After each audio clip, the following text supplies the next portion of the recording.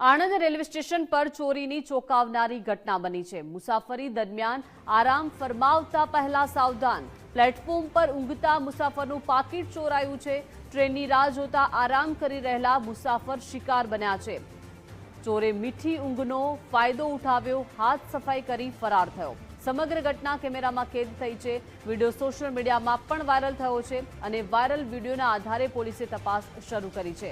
મુસાફરોને સાવચેત રહેવા રેલવે અને પોલીસ દ્વારા અપીલ કરાઈ છે।